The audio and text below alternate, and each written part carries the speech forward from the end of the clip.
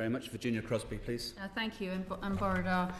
The fact that the economy in Wales has lagged behind most of the UK for the last 2 decades has potentially led to people deciding to leave Wales and actually work elsewhere. You mentioned policy priorities quite a lot. Could you give some details, please, on the impact of your policies on the 20-mile-an-hour default speed limit and also the SPF for the farming sector? Your own analysis has indicated that will result in billions of pounds hit to the economy and thousands of people potentially coming out of the farming sector. Yes, but as you know, that relates to the policy in development, and you will also be aware that the government is working with the farming community to make sure that we listen to the points being made in the consultation, which we've recently had, which has been very helpful.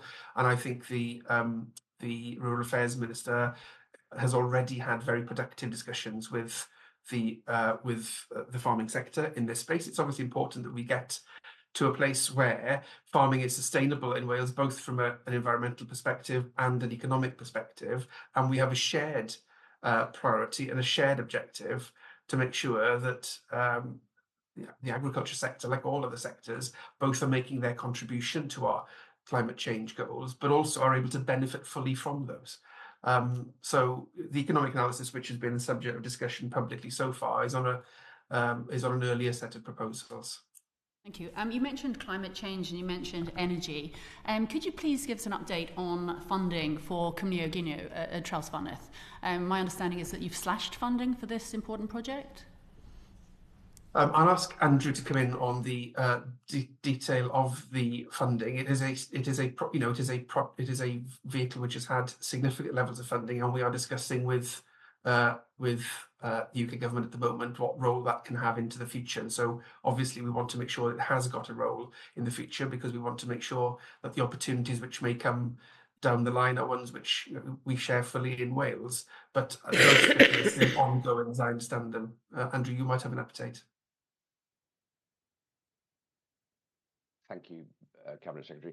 Yes, we have had to take some hard choices in respect to budgets, not least because of a very large gap that we have across the Welsh Government in terms of the budget for this year.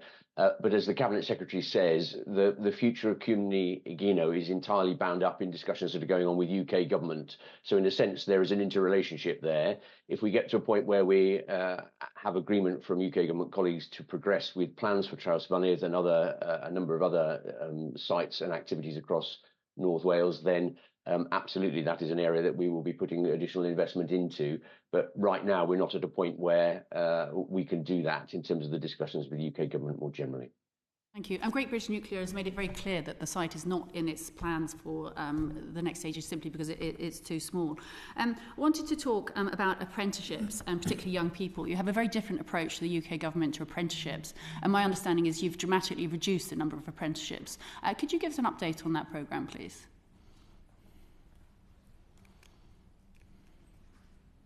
Thank you.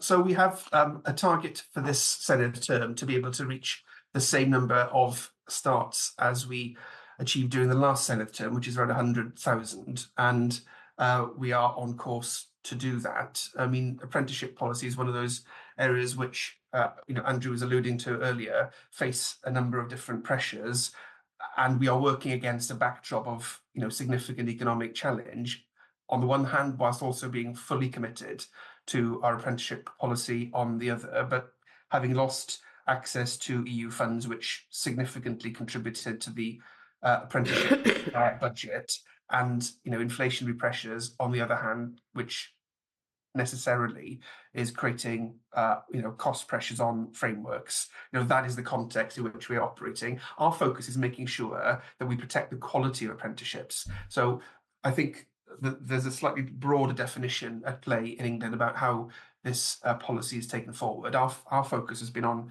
what we would describe as high quality apprenticeships, rather than perhaps extending that policy to lower value courses. But there are choices to be made in doing that, obviously. From our point of view, the way we have prioritised within that is to make sure that we're funding those higher level, more technical sectors supporting STEM apprenticeships, in particular net zero preparedness, and we're committed as well to increasing the number of degree apprenticeships. So, what we're really doing is prioritising apprenticeship investment in those sectors that will support economic growth, community cohesion, and obviously net zero is a critical part of that. So I think it is a different approach. One of the areas I think that causes, we're looking at I was asked earlier to comment on how governments work together in this area.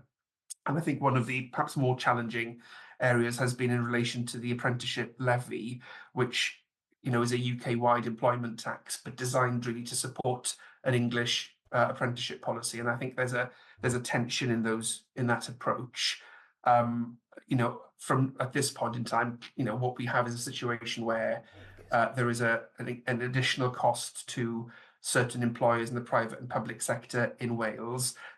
No benefit that comes to the Welsh Government for that, because apprenticeship policy was changed in England at the same time as the levy was introduced. So it essentially nets out in terms of what that means for the Welsh Government. And yet we as a government are still fully funding those apprenticeships. So there's a complex interplay there. And I think if we were to say where do we think we should be working better together in a way which better reflects the devolution boundaries, I think the apprenticeship levy is quite a good example of that.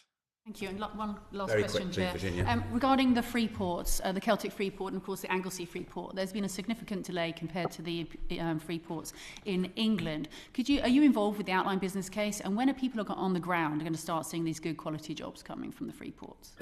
Well, we're going through the process at the moment, aren't we? So my it's in the nature of government changes. When I was in the Brexit portfolio, was the beginning of the free port policy, and I think it took a little while for the particular priorities that we have in Wales to be taken fully into account as that policy is being delivered across the UK.